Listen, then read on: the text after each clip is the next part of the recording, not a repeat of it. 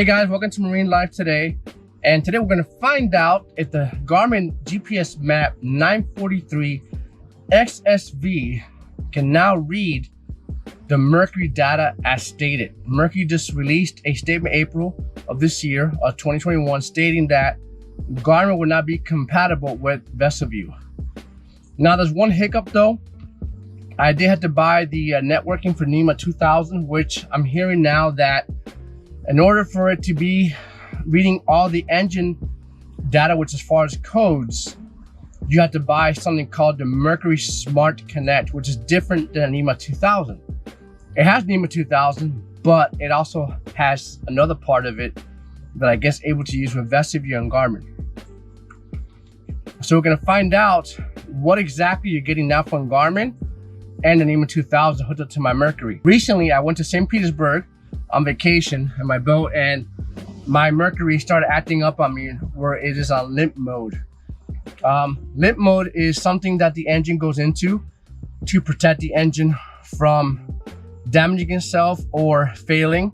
So my engine now is limited to only 2,000 RPM at full throttle. So I'm gonna find out if I'm able to read any engine codes with the Garmin 943 XSV. Now, I don't know, they had told me that you can't do it. And I recently just installed this Garmin after I went on vacation, so I couldn't see if I had any engine codes at the moment. So today's my first time starting the engine with the new Garmin hooked together and the NEMA 2000 and connected together to see exactly if it'll read any engine data as far as codes and engine lights on, so what. So let's get the engine started and see where it's at. Excuse my voice a little bit. I'm a little bit been getting over a cold that I had, but we're gonna make this happen for you guys today. There's a Merc. So here's my 2009 Mercury Optimax, 225 horsepower. And here's my Garmin 943 XSV. I do have SmartCraft gauge as well, as you can see. So let's crank her up. Let's crank her up and see what we get. It's my first time using the 943 XSV as well for the engine reading as possible. Everything's always said okay, which the same thing happened before, so. See, it fired right up.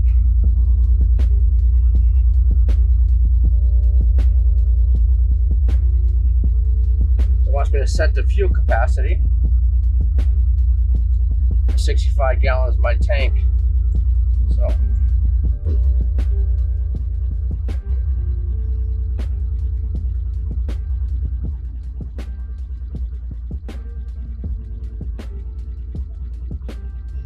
done.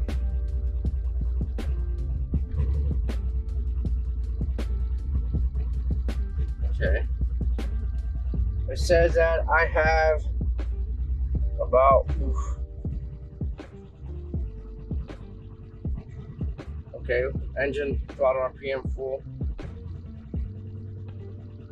It's 5750. It has to be full. Pump one of fuel. We'll see what. Just tell me exactly how much fuel I have.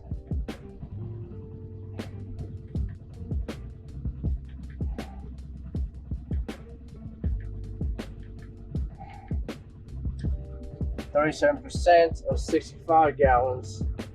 Let's do the math real quick. So I had, according to my math, I got 24 gallons left. So anything else? All right, so let's see what it says.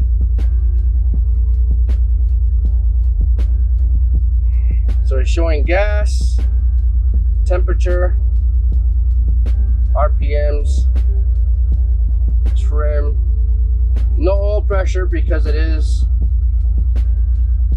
2-stroke. So voltage 3.0, but what I'm not seeing here is any information as far as engine codes. That's what this is. Something else.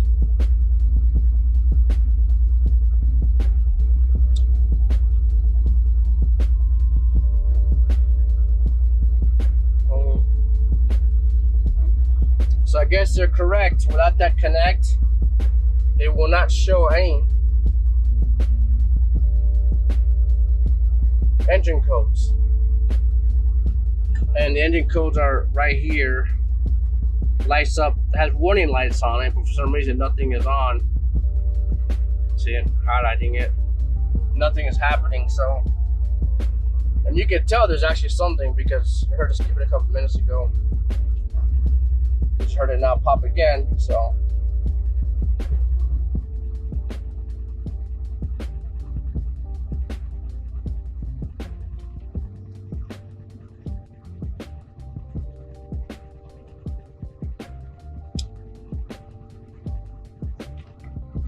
Now there is a price difference as far as I'm seeing it between the Mercury Smart Connect and the Mercury Gateway.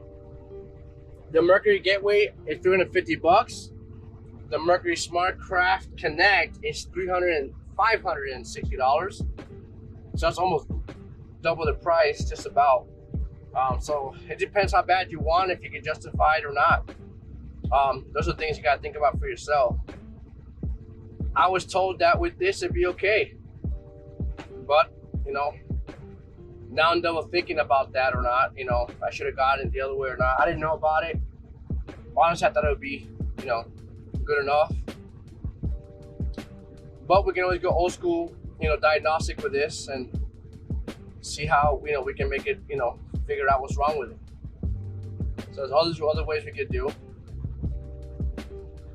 Will it be electric or fuel? We'll find out right now. So, and I'll go over that with you guys, what to do with that.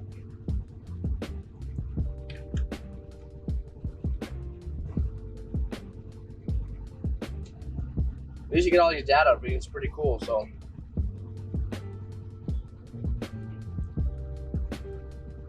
this is oil temperature here, which we don't use because again, it's a 2-stroke. The trim's pretty cool, has trim on it. So that's a pretty neat feature. Alright, so here we have the back of the motor. And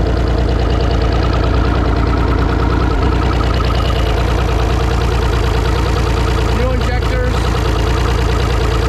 I feel like they're hitting. You can kind of feel them. So I feel that. So my next step is to check spark, right? So let's see if any changes happen. Yep. Kind of seeing that it didn't change, but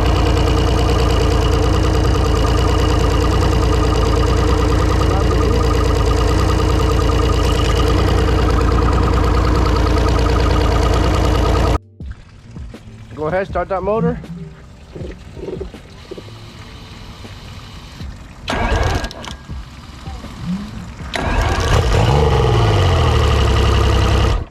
That's all I want you to do. No, sir. So now we're checking each individual wants to find out if they're firing or not. So my next step after this, we know it's getting fuel. I'm recording. So I'm recording each one of these to find out if it's sparking.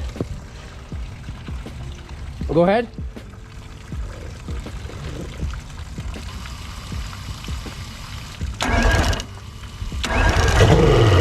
Okay, shut her off, that's it. So there's easier ways of doing it, of course, but this is the way I'm doing it. So far we got,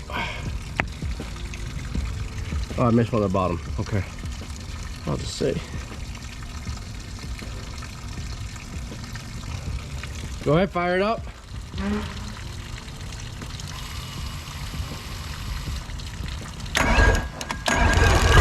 Oh,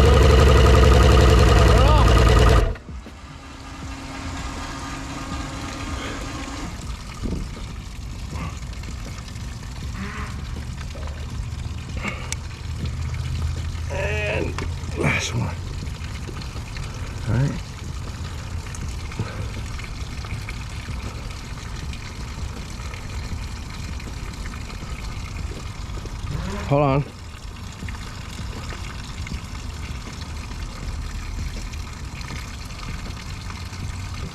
Go ahead, start the last one.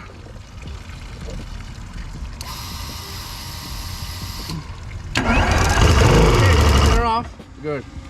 So we got spark and every single one is sparking. Turn it back on, let it run now so it burns all the fuel on the side.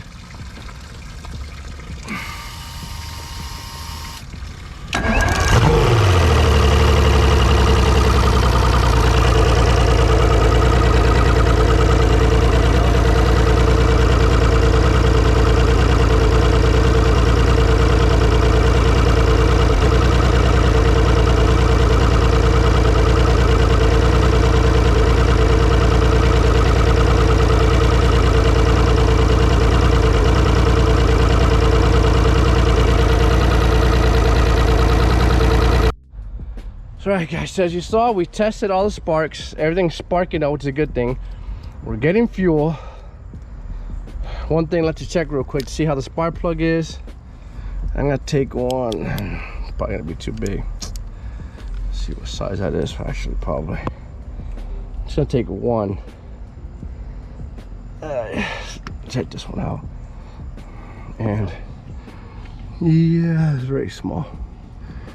So I want to just take the spark plug to see what it's doing. We know it's getting fuel starting up. So two things are going to happen. Something else that's causing it, or B, the inedible, which I don't think it is, but I won't say it. It's the where the engine's not good anymore, but I seriously doubt it, which means blown engine. Oops, I just said it, but I know it's not blown. So I think it's something very simple with these new computer type engines. Sometimes the simple things that we had back then doesn't quite diagnose it anymore. So if fuel's working, spark, crank it up, no problem. So it must be something I can't see beyond the computer tell me. So let's check it out. Actually, I'm curious about one thing before that. Let me see what size it is. Let me see if I can take that fuel filter real quick. I am curious about that.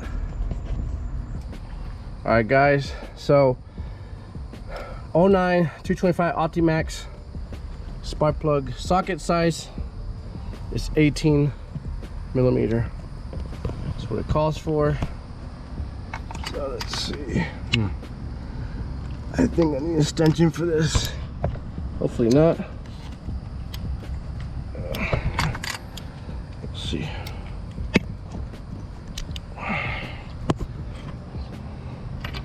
Usually you always, you know, use a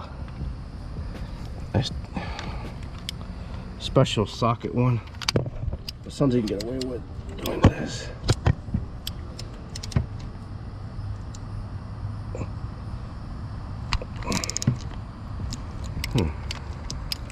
That thing's kind of tight actually in there. Alright, so mine was actually a 17 for some reason. I'm assuming because somebody changed out the I bought this motor used.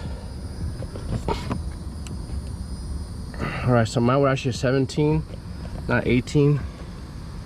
And because I'm assuming whoever owned the engine, I just bought this. Oh wow, yeah, that's not good. That's really black.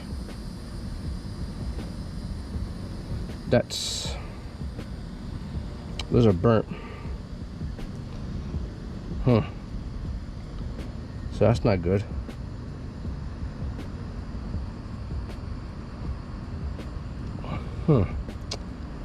That would explain a lot of things right there.